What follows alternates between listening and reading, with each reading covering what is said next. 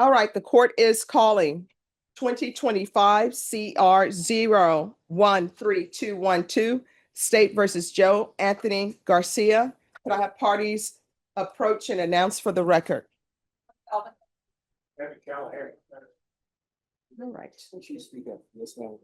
And are you Joe Anthony Garcia? Yes, ma'am. All right. You entered into a plea on November 18th. Both parties agreed to waive PSI and the TAP evaluation. According to your plea bargaining agreement, punishment is to be assessed at a cap of 8 years in the prison, and the state is silent on your applications. All right, defense, do you have any witnesses? No, Your Honor, only allocution. All right. You want to raise your right hand? Do you solemnly swear or affirm the testimony you give will be the truth and nothing but the truth, so help you God? Yes, ma'am. All right, you can lower your hand, state your name for the record. Joe Anthony Garcia. All right, defense, you may proceed. What prompted you to burglarize that house? I needed to shower. So it's my stepmother's, my father lived there with my stepmother. So he said anytime I needed to go shower, you just go there. And when my dad, Joe Garcia, he had left, got arrested by the U.S. Marshals. She kind of started acting different, like changing up her mood and telling me I couldn't be able to go there. And then the next day, she would tell me I was able to go there. She'd give me food and stuff like that. At the time, I was homeless. I seek the Heaven for Hope, which I still am seeking now to this day, and it's been kind of, but it was kind of hard. So I went back one last time to see if I could shower inside and get some food and get some rest, because I like to be outside a lot. And she wasn't there, so I kept knocking on the door. Went to the window, the side of the door, knocked on that side, and kept going back and forth. I went back the last time to the door, and the door was propped open. So I was like, huh, okay. So I went inside, me thinking it was unlocked for me. So I went inside, and I went to go take a shower, and after that, I went back. I left out. But Well, any other questions? Were you intoxicated at the time? no, sir. Did you have a job at the time? Yes, sir, I did. I worked at Rent Health Staffing. If she gives you deferred adjudication, can you go back there for your job? Yes, sir, I can. Are you sorry for what you did? I'm very sorry. I'm really not a bad person. I really do stay out of trouble. I do respect everybody. You know, it was just at that time I was going through a moment with my dad and my stepmother. But I really differently did learn my lesson. Being incarcerated as long as I ever been locked up, and I really don't like it. It's not for me. Nothing further, Your Honor. All right. So let me just tell you what the summary says. It says that the front door to the home or to the residence, because I don't know if this is an apartment or not, had been damaged because the U.S. Marshals raided the apartment. So I'm assuming the U.S. Marshals kicked in the doors and nobody ever repaired the door. So she states, while she was asleep, you entered the residence and stole property from the location. So it's not that you entered the residence and took a shower. It's you entered the residence and stole property. And she received notification that someone was trying to use her stolen credit cards. So you want to speak to that? Yes, ma'am. I'll speak to that. Yes, please do. Yes, I did take the credit cards Why? because I was hungry. Was your name on the credit card? No, it wasn't. So did anybody give you permission to take a credit card? No, ma'am. So this wasn't you just coming in to take a shower and leave. This was you coming in, and you knew that, according to your testimony, you knew that the U.S. Marshals had already raided that apartment. No, ma'am, I did not know that. So when did you discover that the US Marshals had raided? I have found out when I saw it on her notepad saying finally the U.S. Marshals came and got my dad.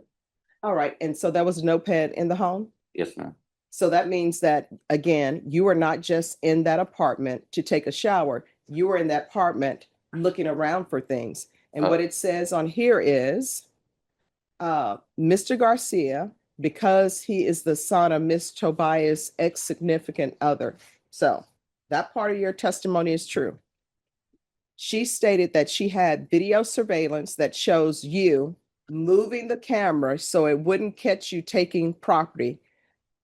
It's odd that in here, there's no listing of you taking a shower, because it says that when you entered this apartment, she was asleep. I don't know how big this apartment is where people don't know someone else is in their location with them. But she said that she was asleep. No mention of you ever taking a shower in any of these police reports. Did you ever give a statement to the police stating that you had taken a shower? No, ma'am. So there's nothing in here about this shower business. The only thing that's in here is that you came into that apartment and it was easy for you to come into the apartment because the US Marshals, I'm assuming, kicked in the door, damaged the frame, and the door was sort of propped. So that part of your testimony is true. It's sort of propped open. But you went in and you were moving surveillance cameras around and taking things that did not belong to you. Discuss. The property was in her room. I went to go knock on her door. She was my stepmother and my dad. My dad has a history of doing heroin. All right, he's a drug. So my stepmother is the same way. I went in her room. She goes, Oh, you're saying she's a heroin user, she is. I'm not gonna lie. I'm not gonna sit here and lie on camera either. but she has a place to stay She does. and she has credit cards. She does because of my dad. Okay. She does because of my dad. And I went to go knock on the door. She was knocked out. I was, just tapping on her shoulder and everything. And she was still knocked out on the bed. No response. And I saw another dude in my dad's bed with her. So it kind of, that's why I did everything I did right there at that moment. So it kind of threw me off. So now you're saying that when you came into the apartment after having knocked on doors, you go in, you see her in the bed, you tap her on her shoulder to try to wake her up, and then you notice there's a man in bed with her. Did you tap him on his shoulder as well? Yes, ma'am, I did. So- I knew both of them. Oh, so you tap him on his shoulder. He gave me a response. He said the door is unlocked for me. Oh, this story keeps Well, keep adding to the story. So when you tapped him on the shoulder, he says the door's unlocked for you. yes, ma'am. That's how I got in there, took a shower. Oh, and who is this person? I don't know his name like that. But you said you know him. It's his street name, Oh, what's his street name? Joker. Joker. Okay. Continue, please. So I went to go take a shower, and then I get out the shower and I go in the room and say I'm leaving. Then after that I left. All right. Well, any other questions? Oh, Your Honor.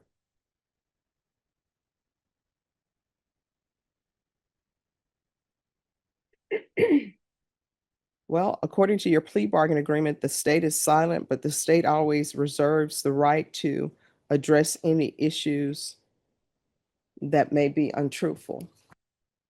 So state, any questions? I was gonna find exactly about Judge, that there is no mention in his original allocution of the credit cards.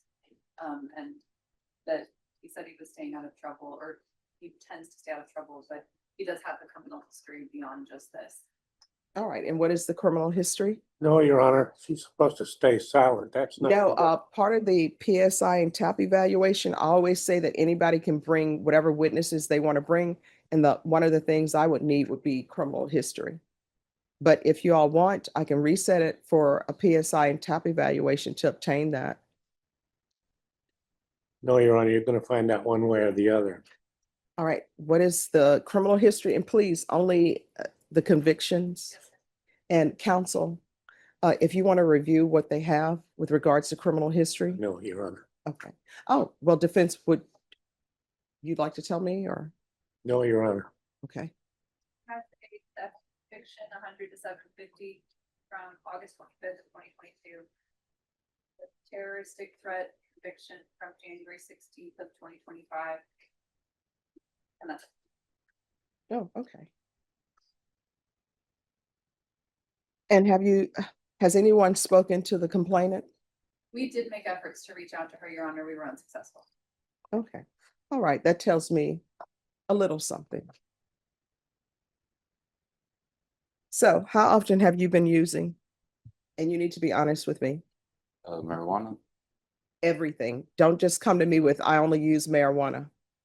Marijuana I've been using, well, for about uh, 5 years.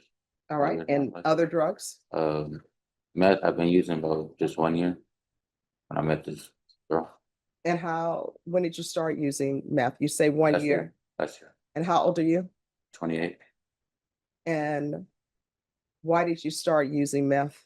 last year? I met her in the streets. Who did you meet in the streets? My girlfriend. It's a girl that I met, but we're not together no more. And what are all the tattoos with the numbers about? This is my birth year, 1997. This, yeah, And that's what? a little money bag, Mhm. and this is money, power, and weed.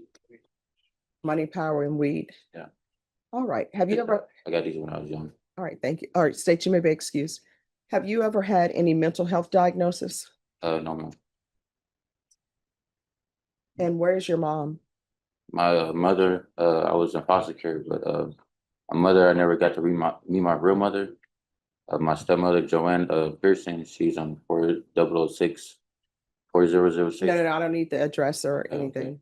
But I'm just trying to figure out what has happened in your life that you're now before me, having now addicted to meth, using marijuana on a daily basis, going to this apartment where your stepmother is, and your father, I'm assuming, is in federal custody. I've been alone all my life, like that. I got out of CPS at 17 years old, and after that, it's been. And did you even try to sign up for college? You know, they give that to you for free when you're in the foster system. I did sign up for college, but I didn't get to go. Well, here's the thing. When you're in foster care, depending on when you did that, you still may be entitled to free college. You need to look into that. And sometimes people don't want to go to college, that's fine. But they have extended it to where you can get your trade certification in something, all right? It's fine. All right, here's the thing. I'm going to give you a choice today. And these are your only choices. Don't ask me for anything else. And if you want to speak to your attorney about what would be the best decision possibly for you to make, you can do that. The state is asking for a cap of 8 years. I'm taking into consideration all of your testimony. I will sentence you either to 3 years in the prison, or I will give you your application for deferred adjudication. If I grant your application for deferred adjudication, and if you're unsuccessful, you're looking at potentially 20 years in the prison. Do you understand? Yes, ma'am. Do you wish to speak to your attorney?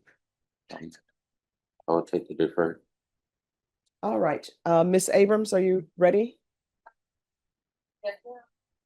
All right. The court will sentence you to 6 years deferred adjudication. Yes, ma'am. I'll let you down. All right. There's a $2,000 fine. That will be probated. There's to be a TAP evaluation in custody. Follow recommendations. Regular reporting by Zoom or in person. Regular random UAs. Proof of employment within 45 days. No employment as a home health care provider or with minors. Field visits 1 time per month until further notice. And the proof of employment will be 45 days within release of custody. There's to be no contact with Janelle, Janelle Tobias. There's to be 300 hours of community service restitution.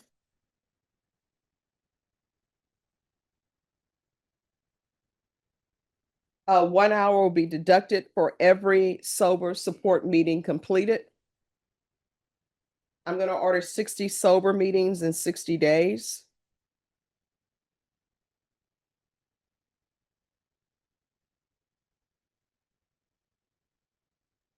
And you're either gonna obtain a trade school certification in something to better yourself, or either you're going to college, you understand? So either a trade school certification or enrollment in college. I want you to be able to have some kind of means of supporting yourself. And maybe the best way for you is to get your trade certification. What I can tell you, sometimes people will look at criminal history and it doesn't go well with you finding employment. One certification, though, that people always need, believe it or not, they always need welders. So that would probably be a good profession for you. But again, find whatever your passion is and follow it. You understand? Yes, ma'am. As long as it's legal. All right, probation, is there anything else that's needed? Is there anything else you need from the court in order to be successful? No, ma'am. All right, and probation, could you see about helping him with housing? And I would do just holding abeyance the referral to felony drug court. I know their graduation is not coming up for a while and they don't have any room, but if you could always just have that there for him. All right, I'm going to show you what's entitled Trial Court Certification of Defendant's Rights to Appeal. Did you review that with your attorney? Did you understand it? And did you sign it? Yes, ma'am. Counsel, here you go. Because this is a plea bargain agreement, because I followed your plea bargain agreement, and because you waive your right to appeal, you do not have the court's permission to appeal. You understand? Yes, ma'am. All right, we can go off the record. Here's the thing, from here on out, everything that you do, you need to ask yourself, is this something that could potentially result in me going to prison for 20 years? If it is, don't do it. If it's, it could be, don't do it. In this court, to be successful on probation,